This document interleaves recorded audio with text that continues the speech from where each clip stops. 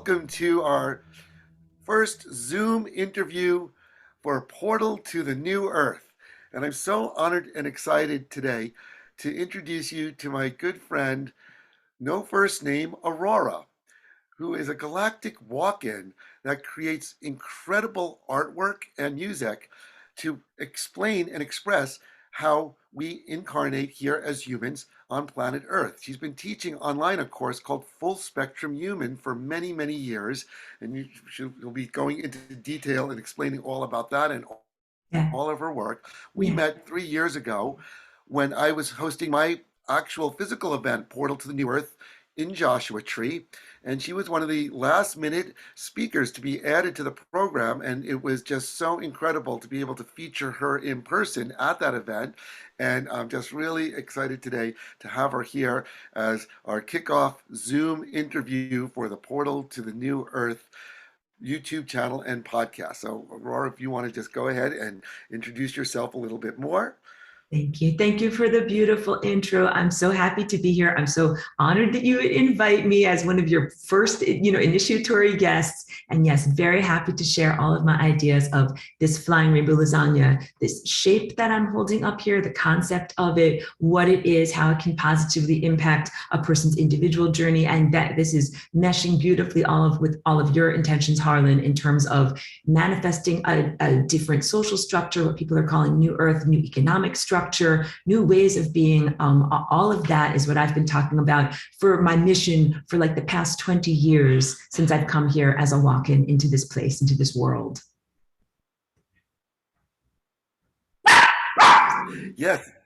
Oh, hi, Cheeky, and Aurora's amazing little dog that wants to be part of our interview. Sorry for So, the loudness. That's this little person over here barking right over here. And she just put her head down. She's like, okay, I won't be loud anymore. No loud, no I loud. love So that she's I'm on sure. here. So yeah, Yeah.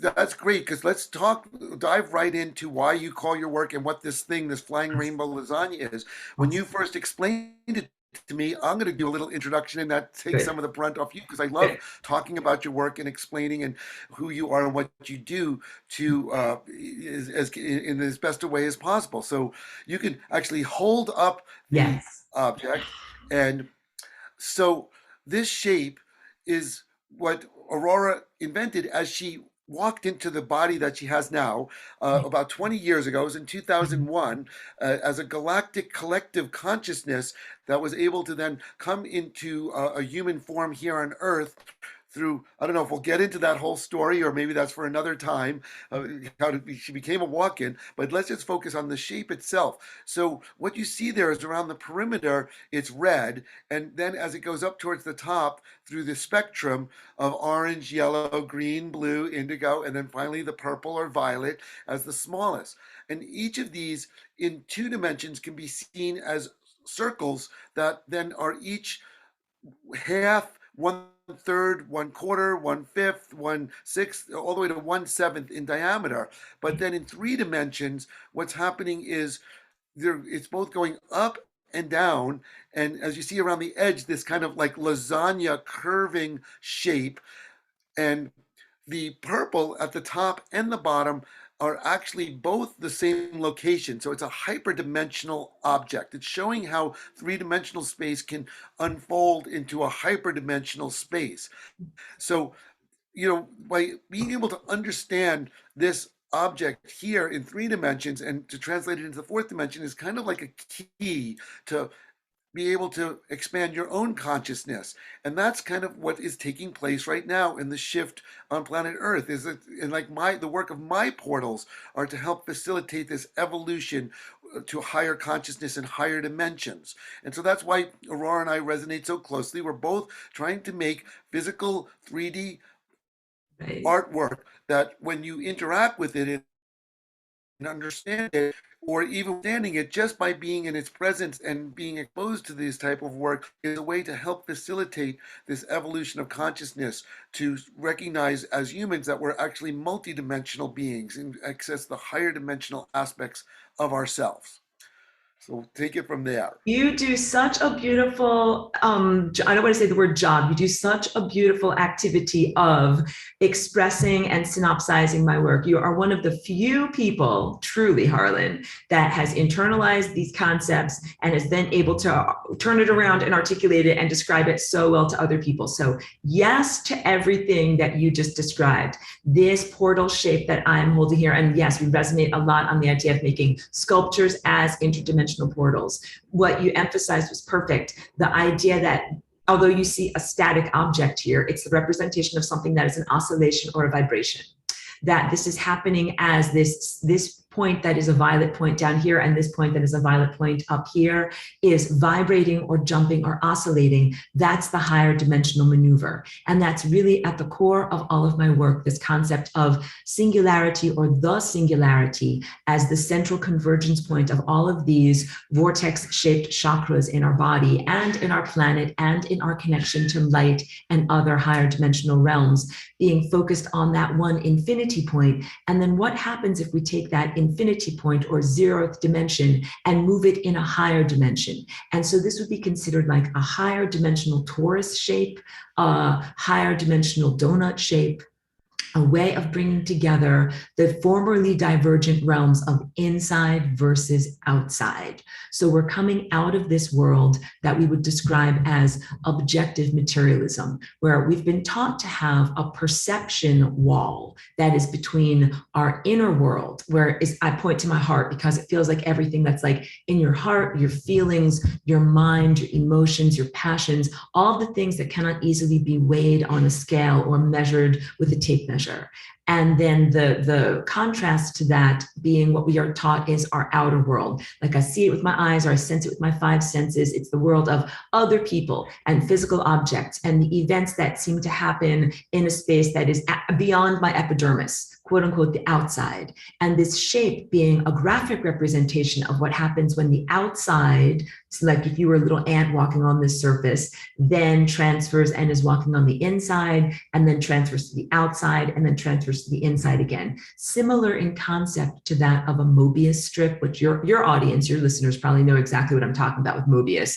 The idea that when one embodies this higher dimensional state of being and oscillates the DNA and the energy field of your body, your energy field, which is made of pure time, timelines, possibilities, and probabilities, which can also be synonymous with light, your light body. When you oscillate your coherent light body in a higher dimensional context, what you end up with is this situation, this circumstance, this flying rainbow lasagna embodiment, and it brings together the inside and the outside. And what that does is makes a feedback loop between my inner realm of thoughts and dreams and manifestations and imaginations and visualizations and my outer world of the people and experiences and hard-edged objects, which then feeds back into my inner world, the little ant back on the inside, which then externalizes to the outside. And when you embody this vibration, it opens doors to be able to live a different quality of existence. One of the primary things is experiencing time in a non-linear fashion. So not necessarily yesterday, today, tomorrow, or breakfast, lunch, dinner, not necessarily a time that goes in a linear fashion, but a bending and folding of space-time so that all time can be now, or far distant objects, features, or consciousnesses can be bent to this moment now, including something like the sun or the galactic center. The idea that it doesn't have to take millions or billions of years for lateral broadcasts to reach us like a waveform coming from the sun or the galactic center, but that we can bend and fold time space so that here now is every now, and that you get those cosmic downloads or GPS God positioning system right into you immediately without having to wait at all. So in terms of changing quality of existence, having access to more energy in the immediacy of the moment now, being able to reach across time and across parallel dimensions. We all have multiple parallel selves, just within this one incarnation and also multiple incarnations across many different lifetimes. So being able to, I call it lasagna-ing, lasagna across time, space, and dimensionality, having access to a greater latitude of who you are in terms of your identity as a consciousness traveler, and then also being able to externalize the internal realm in what would be considered like a conscious dream or a lucid dream, where I'm thinking these thoughts and feelings, I'm manifesting and generating internally, I'm externalizing it, and then seeing the results of my externalization, putting it back into myself. Your life becomes an ongoing art project or masterpiece. And this includes like your body, your state of health of your body.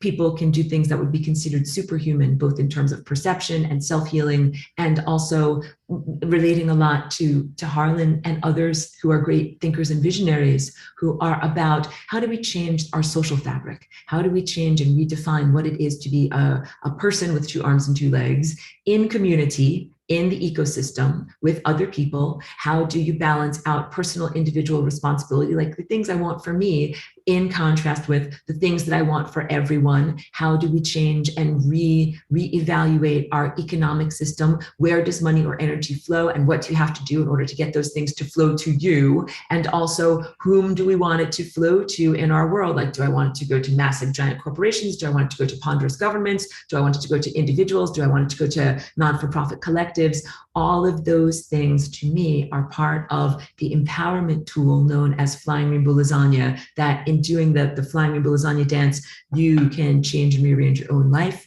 You can rearrange your planetary structure. You can rearrange time. You can rearrange and redefine the social fabric. It becomes something that life, instead of being like a torturous, ponderous level of purgatory, which is what some people think of it as, can become a fun adventure or an unfolding art project, or like I said, your masterpiece of your life and your body. Great. You brought up a few things that I want to respond to. The first being when you held your heart and talked about your heart. So that's such a key. And this just came up in a interview I did yesterday. That's so powerful. Now, for the most part, though, this type of work is very mental. You know, you're looking at this object, you're thinking about the shape in a mental construct. We see your art behind you and the Yeah. art that you're wearing on you, and we kind of apprehended mostly in a mental, mind-based way, and aren't thinking so much about bringing it into our body and feeling it in our heart and that whole thing. And the fact that you brought that up right away as being one of the keys to this evolution of consciousness, to this embodiment of this, and what it means to be a human is having this heart, and that we're not just looking at things mentally and understanding it on this, it's almost like to say superficial level, when it's just mental, and to fully embody and fully connect it into the heart. And you know, the physicist Nassim Haramein talks about the heart having this singularity or black hole that is what creates this extremely strong electromagnetic field, which is measured, and that conventional science doesn't understand how and why it's there. And Nassim is not a conventional physicist. He's pushing the boundaries and he's not fully accepted yet, but it does seem to be exactly what's going on scientifically, is that we have this singularity black hole that's at the center of everything in the universe, and it's in the center of each of us as a human. And to understand and recognize, and I know you kind of want to respond, I could see that, so maybe I'll let you respond to that, and then I'll jump into the other things I was that you talked about. So Beautiful. I'll yeah. be brief because I know we both have so much to share in all of this. The singularity, I think, is one of the central core concepts in terms of leveling up in humanity as an individual or as a collective, and also as a planetary structure, as a solar system structure, as a light being. So singularity, science is describing it as like if you have a very stretchy fabric and you put an infinitely heavy bowling ball on top of it, and it would stretch that fabric out to an infinitely stretched point. And I think of that point as the infinity point, the place that we're coming from, the source, and also the destination, because our journey is like a complete circuit, and that you're with me all the way. Say, Well, and the go there. word, and Yeah. this has been coming up. I bought a book back in 1990 called Zero Point Energy. Yeah. Well, all of Yeah. these different people that I follow are right now in the past month using the word zero point, which you use the word infinity point. And it's Yes. kind of weird because they're kind of opposite. Zero and infinity are two very different things, but they're not. And yes, so this, but there has been this term zero point. Right. which is also another word for like the vacuum itself, which is actually quantum physics sees it as having nearly infinite energy in the vacuum. And so this 0 point is just, it seems to be what we're, it's almost like the meme right now for this evolution taking place is connecting into our 0 point, into our singularity. And then you were talking about it being like this torus. And Yes. so it goes both ways. It's Yes. both, infinitely expanding outward, and that's kind of towards death and cooling, but it's infinitely going in, or life and our creation, and they're all connected in this torus flow of everything. And I don't know, I'm getting a little off base No, with I trying think to you were totally focused explain on it. there because it is all about that balance. So let me speak to the idea of the singularity being a 0 point or the zeroth dimension. Now, I know in our social and cultural context, when something is zero or worth zero, we tend to think like, oh, it's worthless, it's worth zero. But when I talk about the zeroth dimension in math terms, it's because it requires zero amount of information to describe the position of a point there. So, like in a one-dimensional line, you need a number line, one piece of information to say where a number is. In a flat plane, you have the x and the y coordinates, two pieces of information. The zeroth dimension is zero because it requires zero. Like if it was an envelope and you wanted to address it to someone there, you don't have to, you can send a blank envelope because everything lives there. It is the infinity point where every single point in the cosmos resides at the zeroth dimension. So you do not have to address the mail to go anywhere. Everything is there. And it is such a profound and powerful concept to even be able to put that in our minds, something where there's an infinite overlappingness of everything in a little tiny package that it's so everything that you don't even have to say, oh, that there's a specific place there. It's the place where everything is. And we are there concurrently, even while we are here in this embodiment, in this expansion. And it's something of a dichotomy in our cognitive ability to be able to be like, well, I'm there, but I'm also here. And when we can really embody the truth of that, what I recognize is that that singularity by definition is single. If I have that inside of me, then Harlan also has that inside of him, and or any person that I might interact with, any creature that I might interact with. There's literally no distance between these two individuated creature structures. There's a singularity here and a singularity here, and they're both still part of that overlapping infinity of everythingness that is the zeroth dimension. So they're actually both together and there is no space. And everything, I'm folding my hands now for anybody that's doing only audio, everything folds together kind of like a dandelion seed head in reverse, where all of these spokes point to the central core, which is that zeroth dimension. And the explorations that people are doing in terms of exploring the toroid donut shape, different things like the Rodin coil, which is like a donut that is made out of, magnetic field generating, actual coiled wires, and the ideas of 0 point energy, it all draws upon the exploration into this concept of singularity, source, destination, everything is infinity, and the way that that is truly a source of infinite energy. But I will predict to you that once we start to really embody and understand that as a species, the idea of just having like more efficient electricity lights will go out the window. You'll be interested in much, much broader things by the time humans really understand and embody this. You'll be like, oh yeah, electricity, like that's a byproduct now of the real consciousness exploration, which is about going completely cosmic and completely higher dimensional and completely time travel. Right, because 0 point, when I was first learning about it, is talking about tapping into this source of is also called free energy, that we Right, don't need to burn fuels to right. create energy, and the way that the universe itself operates is tapping into this 0 point. Of course, right now in the Yes. current consciousness paradigm on Earth, we don't have this free energy, and that's just more because not the technology or understanding of it, but the overall consciousness itself isn't really ready to embody it. We're still enmeshed in this 3D kind of separate, and also the negative implications of free energy being used for negative control paradigms is in alignment. So we're still waiting for this evolution to take place before we're able to actually be able to tap into the fact that we do have free energy for a very abundant, beautiful Earth. So now, though, I want to segue, and of Um, course, this will be an audio only podcast for many people, yeah. but it really is, and most of my interviews are very much around visual things. And right behind Aurora, we see some of her unbelievably, incredibly detailed paintings, and she's also wearing some clothing that is made from her paintings. So I think it's a good point to segue into the fact that, since she's been doing this work, one of her main focuses for many, many years is to create these paintings that are embodiments of this concept of the flying rainbow lasagna. And what it's hard to see in the background because they're far away, but when you get up close to these paintings, they're all generated through drawing these circles, and that's what on the clothing she's wearing is very clear to see. Right. And and these are all done by hand over taking a meticulously long amount of time. They look computer generated, and it might be quite quick and easy to make these that way, but her way of doing it is to physically lay these out by hand painstakingly over many months, if not up to a year, to complete, and then to paint them in by hand and in person. They are unbelievably mind-bogglingly spectacular. But even when she just then takes photographs and then has them made into clothing. And so why don't you, maybe show us a few and talk about, what these paintings are about and how you make them and why you make them and what they're expressing.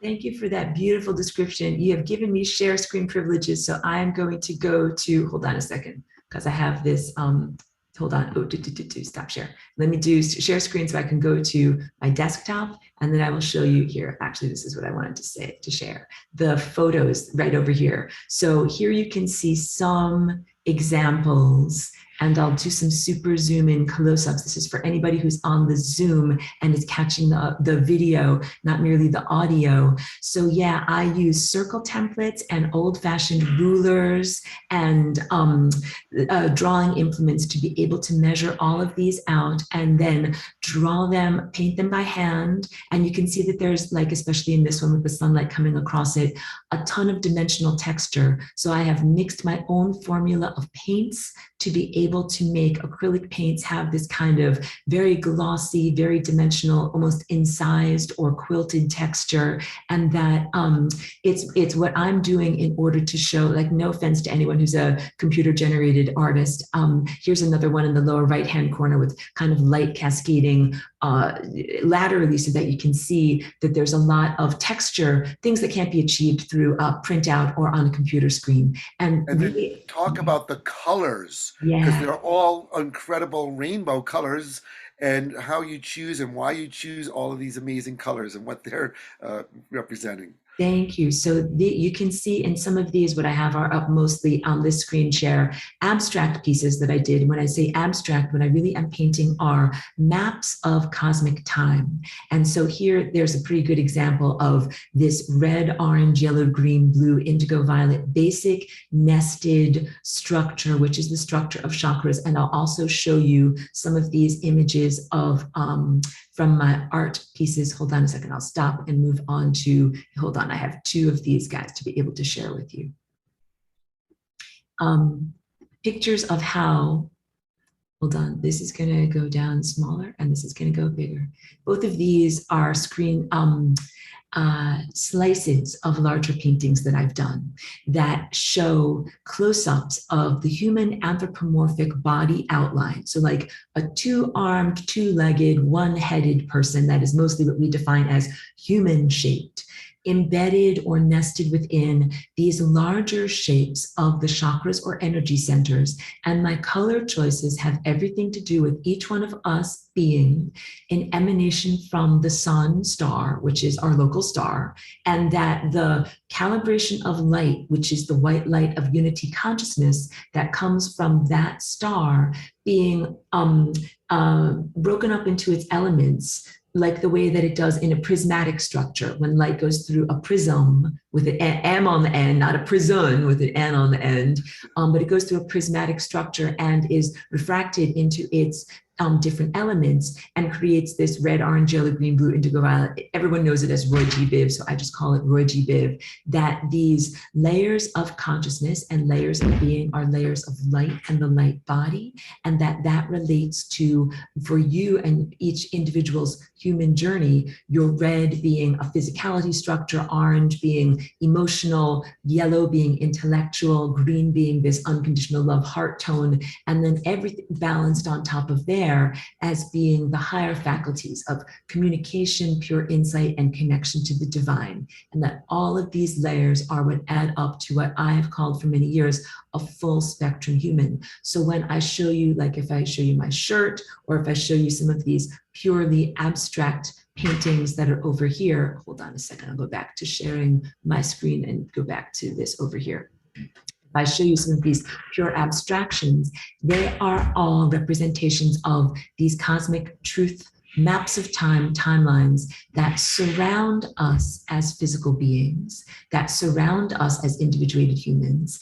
and that are very much a part of our life every time you make a different choice in your day, from the clusters of micro choices in the beginning of your day, like should I drink coffee, should I drink tea, should I have toast, should I have eggs, all of those miniature little micro decisions add up to where you are in terms of the map of time. So this one that I have over here is a painting that's called Birth of a New Dimension, and it has to do with Earth's magnetic field, which is a toroidal shape, turning into the flying rainbow Lasagne, which is the higher dimensional or hypertorus shape. And what I like to say is what cube is to what cube is to tesseract, Taurus is to flying rainbow Lasagne. So all of these, everything that I represent here, if I just rewind for a little bit and kind of get my brain in sync with my mouth, everything that I paint is about a cosmic language. And I will say that I would not take credit for it unless I scaled up my identity to the point of being God, because I believe we are all God. So it's like at that level, yes, I'm part of, the creation of this. As this level of Aurora here, I would say I'm an artist perceiver of a larger cosmic truth that is in evidence. And it's my job or my function as a visionary artist to see these patterns and then accurately portray them to others. Because what I'm doing is like saying, if I went to France and I did a sketch in my sketchbook, I want to show like, here's the Eiffel Tower, here's what it looks like. Here's the river, here's what it looks like. Here's what Montmartre looks like. And what I do is I go into these cosmic places. And I usually don't use a molecule in order to travel. Like I'm just like this, and this is part of my heritage of being a galactic walk-in. I see all of these inner patterns, and then what I do is portray them accurately, just as if I had traveled to a place, and then I want to give you a map of what that place looks like, with the understanding I also teach people about, like, at a certain point, your consciousness, you will experience that, or maybe you already have, maybe on a molecular journey, maybe just through your own inner voyages.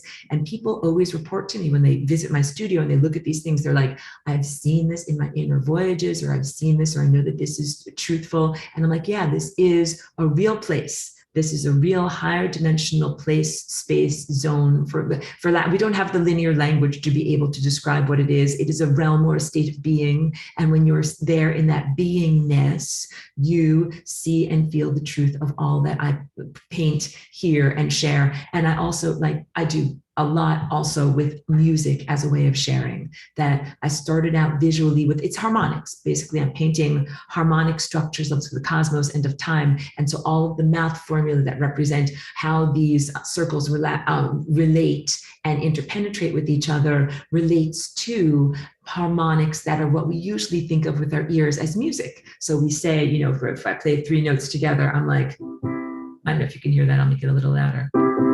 That's like music. It sounds good. Those harmonic sound waves fit together. And all of the visuals that I do here are harmonic time waves. So although I'm an artist and I make choices about like how much red, how much yellow, what do I want something to look like, I'm always staying true to that harmonic music of the cosmos, because I'm really here to share that basic truth. And that truth is like a foundation of a cosmic experience upon which all of these other anthropomorphic levels of understanding and experience are based. And I'm sure you have a ton to say in response to that. Well, mostly, about most of your paintings are these just purely abstract, Yeah, geometrically laid out, but you yeah, showed a few of them that showed the human form in the middle, and yeah, especially the one, and it's interesting because I could see it very over at the corner on the sidewall of the yeah. birth of a new dimension, and that's the one that almost aligns the most exactly with what I'm doing, Portal to the New Earth, Birth of a New Dimension. And it shows the Earth splitting open with a human form coming out, with very clearly showing these different colors of the torus structure, the rainbow, flying rainbow lasagna, overlapping this human form that is what we're embodying as each human. And this is how it's very interesting, because this shift that's taking place is both global. The entire Earth is vibrating to this new dimension and awakening, but the way that it's happening is every human is embodying it. So it's a very interesting thing that's taking place here on Earth, in the universe, of both an ascension to a higher dimension through our individual humanity, each one of us, and the Earth collectively. And so that one particular painting is like, embodies it. I mean, and so that was great that you shared that and went into the tangent, because that really is more of a fringe of what your art is about. And, to see how it then correlates to all these other incredible, more abstract artwork. You just mentioned something so beautiful. Our leap into the next highest dimension, our ascension journey. It is planetary in whatever, some people are like, the earth is flat, the earth is round. We'll just call it a realm or a space or a zone. It is a consciousness collective that is moving into, we're leveling up. And that the idea is, it is based upon the spiritual self-cultivation, the inner work, the willpower and motivation of the individuals who are inhabitants of this realm or planetary collective. So everything is leveling up as an entirety, and the totality is comprised of each one of us as individuals. That is huge, because I want to give a lot of credit and recognition. I keep mentioning I'm a Walkin. I've been here for about 20 years. I've seen and recognized the efforts that people are doing individually, and also the changes in human society and in human social fabric of everybody is changing, everybody is improving, everybody is doing that work. So what it feels like is, like in your body, what if each one of your individual somatic cells all of a sudden started doing a metabolic dance where they're like, I'm going to dance faster, I'm going to dance higher, I'm going to level up, I'm going to become more loving, more present, more divinely connected, more of an expression of perfection, of cosmic truth. And that you, of course, as the total animal, the total holistic human, you would feel each one of the tiny cells inside of you vibrating, and you would rise higher too. That is what we are doing in this, let's call it ecosystem. In this ecosystem, because it involves humans, it also involves mineral life, like crystals and soil structure. It involves plants and animals. It involves the planetary structure. It involves everything that's made of light, everything that comes from the sun. Everything is starting to vibrate higher and level up higher. So yeah, we have this amazing interplay of all of these different energy fields. And that is my understanding of what ascension is. That is part of my planetary mission, like why I'm here at this time. And it's also part of why everything is so exciting and also so challenging. I'll put challenging in air quotes there. Can sometimes be very difficult to get through, because it really is like a birth. It really is an unfoldment, a moving into a higher dimensional state, a ton of clearing of trauma, clearing of what I lovingly call crapola, clearing out the crapola, so that we can move into this state of purity and then be able to do a creation act in that state of purity. And that, so yeah, we've been doing a ton of inner cleansing, a ton of social cleansing, a ton of reestablishing or reevaluating what we want to be and where we want to go. And all of that is part of this purely abstract journey of ascension, which is about just vibrating into a higher dimensional state. And you mentioned the idea that there's been this huge, I guess, psyop of proving the Earth is flat, which Right? for the people that are part of it, it is flat. And then, of course, we're embedded very much in a 3D kind of view of the universe and the world. So we think of the world as being this ball, spinning around the sun in 3 dimensions, which is a pretty accurate portrayal Right? from that perspective of understanding. But as you were pointing out, it really is more of a realm, and it's really more of a consciousness of what we apprehend things to be, and that both of those are actually wrong. It's not flat, it's not a ball. And then in the last few years, I mean, it's been for a while, there's been a lot of talk about the hollow Earth, and that the Earth is a hollow and we're on the inside of the Earth or the outside, and it's both inside and outside. And that's actually starting to get to be somewhat more accurate. but and the fact is that with this evolution of consciousness, we're evolving how we see what the earth and the universe is to a higher dimension.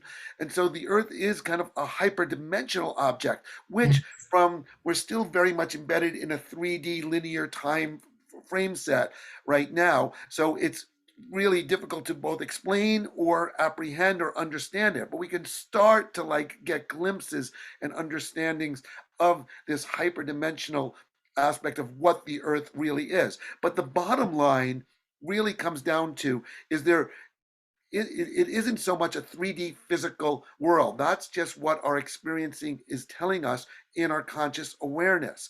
And it comes down to the fact that all of reality is just conscious awareness. It's just what you're seeing, a Yes. story. I love the quote: the universe is not made up of atoms, the universe is made up of stories. And an atom is a story that explains how the universe works. So Yes. right now, and it's evolving right now, the idea of, we've come up with this 100-year-old story of protons and neutrons with like these electrons, which aren't really even particles, but they're fields or clouds around them.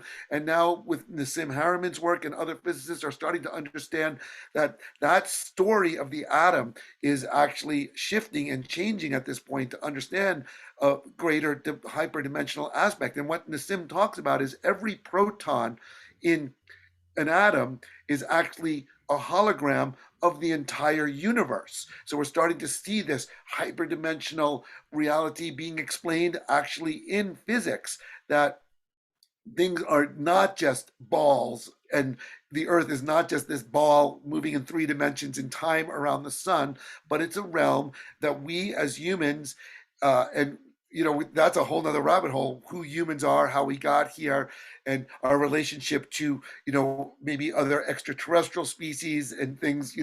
I think that's kind of outside the context of this particular interview. If you wanted to But a maybe good, touch we'll on do that. that one day. We should talk about all of that I one know day. there's a Our lot. heritage. That's It's a big. big rabbit hole to go down. Yeah, But yeah, just yeah. just the fact that in your work and what you're expressing is facilitating this awakening to the higher dimensional aspect of what the Earth is, and then how we can interact with it and embody it, and and to try to bring it back to why I'm doing these talks, and what portal to the new Earth is, and how we're going to awaken to each one of us being divine sovereign creator beings, and then we can actually choose to create here on this earth the most beautiful, sacred, harmonious realm of living, and building our cities and our villages that are just the beyond what we could even imagine being the coolest, most beautiful place possible. So When kind you of rein say it those back in. words, when you say those words, I stand up and cheer. My spine gets straighter. Like for anyone that's only listening to audio, like when you're talking about like a more beautiful, more harmonious, I'm like, yes, my back is straighter. Yes, my back is straighter. Like, yeah, I felt a huge alignment in there. Everything that you were talking about so beautifully is about moving out of the age of a materialism. And materialism does not necessarily mean like you're a greedy person, like I'm materialistic, I need a lot of stuff. It's more like the sense of looking at the world and apportioning it as here's a bunch of stuff that I can measure and weigh. Like these are stuff, these are objects. It's like it's an old-fashioned way of perceiving the world that was appropriate for previous levels of human development in previous generations. And now, what we are doing as individuals and as a species collective, as our cognitive ability levels up, we're perceiving the world differently and with greater levels of subtlety. So it goes even beyond the idea of quantum observership being, hey, what we observe changes and we affect the path of light just by looking at it. We also really begin to get into levels of galactic citizenship, where in order to really be a galactic citizen, you have to say, you know something? I am emanating light waves with my mind. I am emanating thought structures with my mind. I am literally collapsing waveforms with my observership and creating the world around me. And I need to take personal responsibility. This is me paraphrasing for the collective and also affirming my true path. Taking responsibility for everything that I send out, taking responsibility for my body and my body's state of being, taking responsibility for the other people and the storylines that I love when you said that we live in a world that is made of all of these stories. Yes, we live in a world of multiple narrative structures. And that is an amazing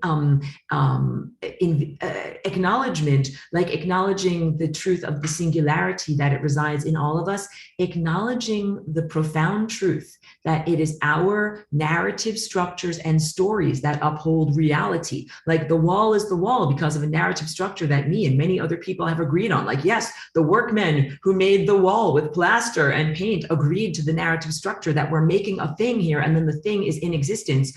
In order to change and shift reality, we can begin to recognize these as empowerment tools. Like, wait, I'm thinking these thoughts, I'm creating this matter, I'm in a co-creative partnership with lots of other organisms and creatures who are also creating this matter structure. And then how Harlan speaks beautifully, how can we consciously do this creation and emanation so that we're restructuring reality into a greater quality of existence? And that's when you mention star seeds and people who identify with the star heritage, to me, that is the regaining or reconnection of our galactic citizenship, because we have to show like, yes, we are emanating good thoughts, or, quote unquote good. We are emanating mature thoughts that we take responsibility for, that are in harmonic conjunction with everything else that is out there, because we want to be constructive as opposed to destructive with what we send out with our mind and the emanations that we make. So all of this, all of the personal inner cultivation and trauma release and healing of ancestral trauma and all of the conversations that everybody's been having over the past 20 years, it really is significant and profound, and it really does bring us all into a greater level of freedom. That's what I'm here for. That's what Flying Rainbow Lasagna is all about. It is all about giving or offering the opportunity for greater levels of freedom. When you can jump off the surface of a flat piece of paper and fly, that's a new state of freedom. Like, you become from two-dimensional, three-dimensional. Humanity is getting to be that level. The caterpillar into butterfly moment, when you learn you can fly, not necessarily in a metal spaceship, though. I always make that distinction. No offense to people that like metal spaceships, but talking about flying on wings of pure consciousness. Right. And so one of the things you mentioned earlier, which maybe you want to talk a little bit about, is your Flying Rainbow Lasagna dance. And it's a physical way of embodying a lot of what you're teaching, if you want to talk about that. And then you also did mention a little bit that you lately have been spending a lot of time with music. So these are two tangents to your artwork, and also this conceptual stuff we're talking about as far as bringing into physical form, both through movement.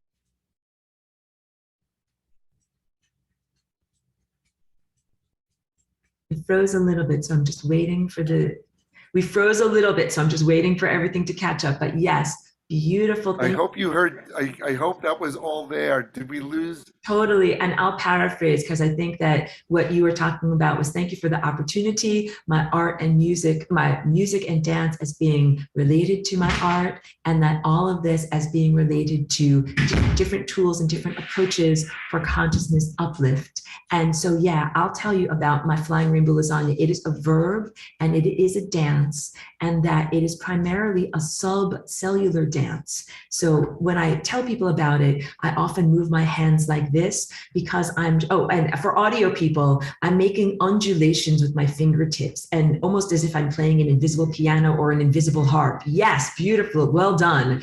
And my dance started out, because I'm new to having a human body, so I've been here in a human body for 20 years. When I first started out with it, it was really all about dancing on an inner level, making my individual cells do this DNA dance and this DNA vibration.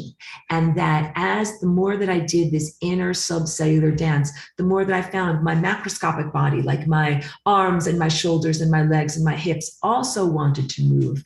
And those dance movements come as almost, I would call it, I'm not a transhumanist, but I'm talking about being part of a supercomputer, like calculations that I feel like I'm doing as part of a supercomputer, or swimming through currents of time. The supercomputer is biological, it's DNA based, it's based in time, it's divine, it's part of a higher natural cosmic level of intelligence. And so my dance has mostly been an internal dance, and a lot of the times I would do it with my eyes closed too, that I didn't necessarily do it for an audience, like right, mostly what in human world, most people are relating to the idea of doing a dance that's like ballet, like where you're balancing on the tips of your toes and it hurts or creates a lot of pressure in your feet and you're like, ow, ow, ow. But everyone says like, but you look great, like that old joke, but you look fabulous, darling. The idea with Flying Rainbow Lasagna is that you're focusing on a particular inner self state that has to do with your DNA starting to do new arabesques, new patterns. Your DNA always is in a state of change and flux and unzipping itself, morphing itself, replicating itself, knitting itself back together. It has a natural behavior that has been mostly patterned from ancestral patterns and cultural patterns. And my Flying Rainbow Lasagna dance is a new pattern that is offered in terms of embodying the concept of immortality or eternal life, which is also what I would say is on the path of ascension and direct reality manifestation and tons of personal responsibility and accountability in the externalization of the internal state. So all of that to say, it's a focus on the internal state, not necessarily on how you look, like when you're dancing at a discotheque, when you're trying to like look cool for another person to come along and be attracted to you. So for a long, long time, I would dance with my eyes closed. And I also do a lot of dancing in terms of rolling around on the ground, maybe in the way that you would think of like a baby or an infant rolls around on the ground. But I think of it as being like in a very free cosmic space. For audio listeners only, I'm stretching out my arms and stretching up my spine. And you could almost imagine what it's like when you're swimming. And when I've shared my dance with people and I've done some workshopping of it, one particular beautiful friend, she likes to dance in the pool, like an actual pool of water. So if you're a swimmer, go to your pool and imagine that you are floating in the cosmic levels of time and do these dance movements. And I also have been doing a lot of my own original music because I will tell you that music is like the gas in my cosmic car. It makes me go, it makes me very motivated. It makes my cells oscillate into a higher dimensional level. And I started making the music that I find inspiring to me, that I do all of this music where I'm like, I want to dance to this song and make it feel like I'm jumping into another dimension. And I didn't necessarily find that music here on Earth. So I'm like, I'm going to create it. And so for pretty much since the pandemic started, that has been like a huge focus of my day and a huge focus of my life. So for as a brief plug for me, if anybody wants to find my music, like you can find it, do a search for Flying Rainbow Lasagna or Birth of the Flying Rainbow Lasagna is one of my albums. And you'll find I have all of this music out there. Some of it's officially released on albums on iTunes and some of it I do unofficially. Like I have a playlist right now on SoundCloud that's ever growing.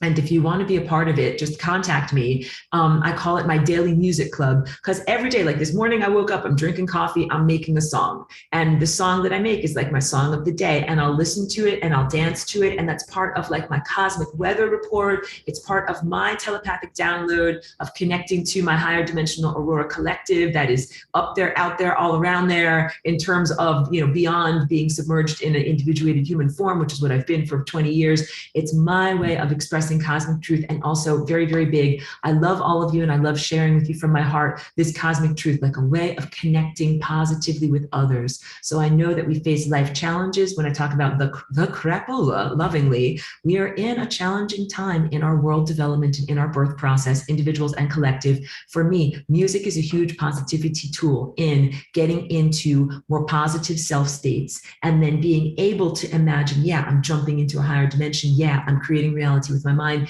Yeah, I'm moving in a more my ship of my consciousness flying in a more positive direction. So I make music almost every day. I love sharing it with people. And then I use it as a positive tool for transformation, metamorphosis, and cosmic journeying.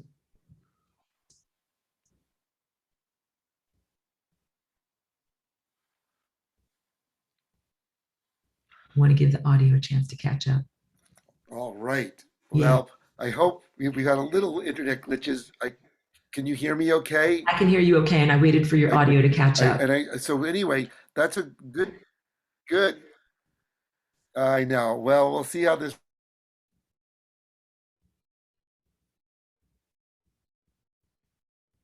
Froze a little bit there, but I'm waiting for your audio to catch up. Oh, oh boy. Well, I hope you can hear me. Now I can That hear was you a and you're great fine. segue. Good, because a good segue to wrap up today's interview, where you express that people can access not only your music, but all your of courses on full spectrum human. And so, of course, we'll have the links, to access it. But flyingrainbowlasagna.com and Flying Rainbow Lasagna on YouTube will be an Yeah. easy way to dive into all the incredible work that Aurora has been doing for many years to share and empower people with this incredible art.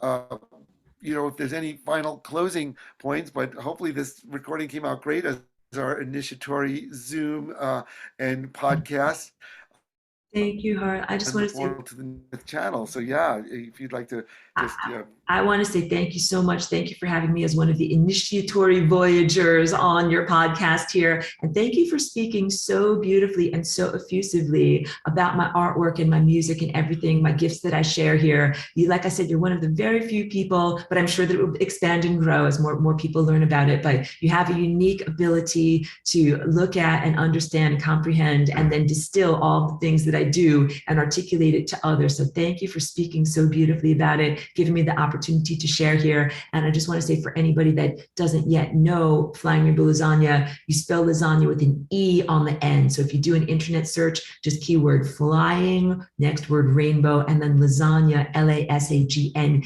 on the end, and then you will find me. And yeah, you'll find all the stuff that I emanate, and you can connect with me very easily. And then very responsive. If people want to message me or email me or have questions or comments, I love to connect with people. So yes, please connect with me. I have a ton of lectures that are on my YouTube channel for my ongoing semester. So you can find things there. You can do comments there. So please do connect with all things Flying Rainbow Lasagna.